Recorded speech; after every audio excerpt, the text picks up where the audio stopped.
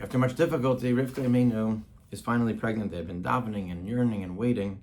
And the babies, the children are moving inside of her. And she says, if so, I can't handle this anymore. So she goes out to seek from HaKadosh Baruch Hu to find out what is going on. Hashem says to her, I'm going to explain to you what's going on. There are two different nations that are inside of you. And two nations are going to emerge. And they're going to be very powerful, and one is going to be the larger, the greater, is going to serve the younger one. What exactly was going on here? So Chazal fill in the picture. Rashi tells us, they were moving. I don't understand what's it talking about. It doesn't tell us Hasam. It doesn't tell us exactly what's going on. Because of him, and what led to this, she couldn't handle it. What could she not handle? And he quotes from Chazal the following. A well-known medrash. Rabosenu darshu lashon ritza. Vayisrotetzu is that they were running, they were moving. When she was going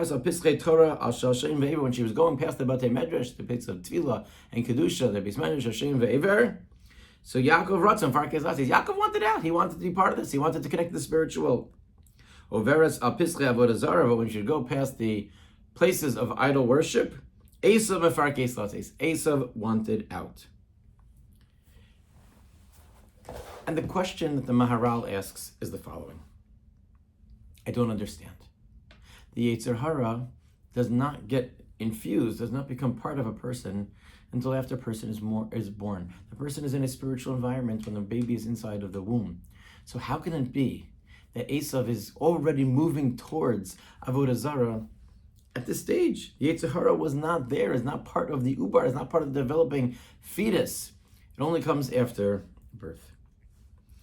And the Maharal answers as follows.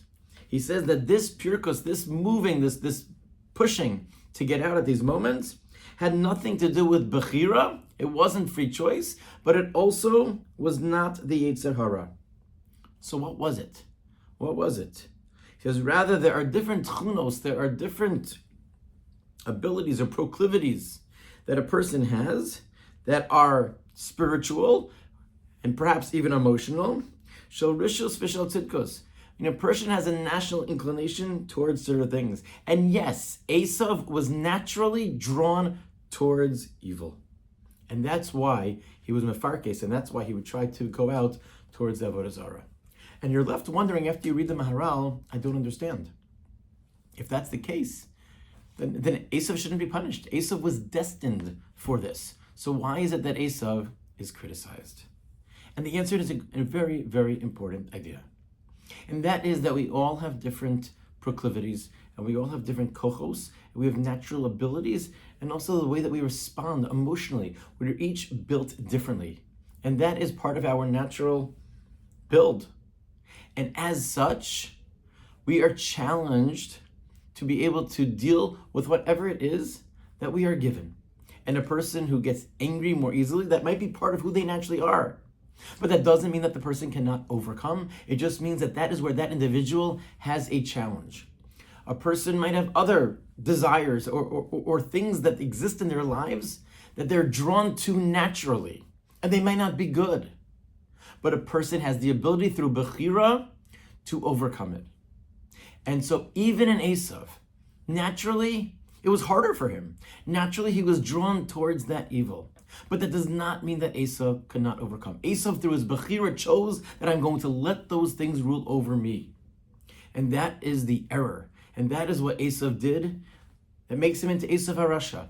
Yes, we all have our challenges, and for some, certain things are going to be easier and certain things are going to be more difficult. But it's not an excuse.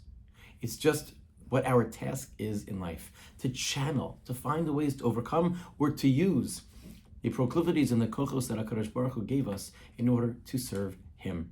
And we each have our own package and different weights and measures of different midos that compose who we are. And our task is to figure out how to use them. We have the Bechira, we have the choice, and it's something that we are able to do. And it's just a challenge that we have to figure out how do we channel it in the service of HaKadosh Baruch Hu, not to make the mistakes of an Eisav, but rather to be able to use all of our unique kochos to turn towards HaKadosh Baruch Hu.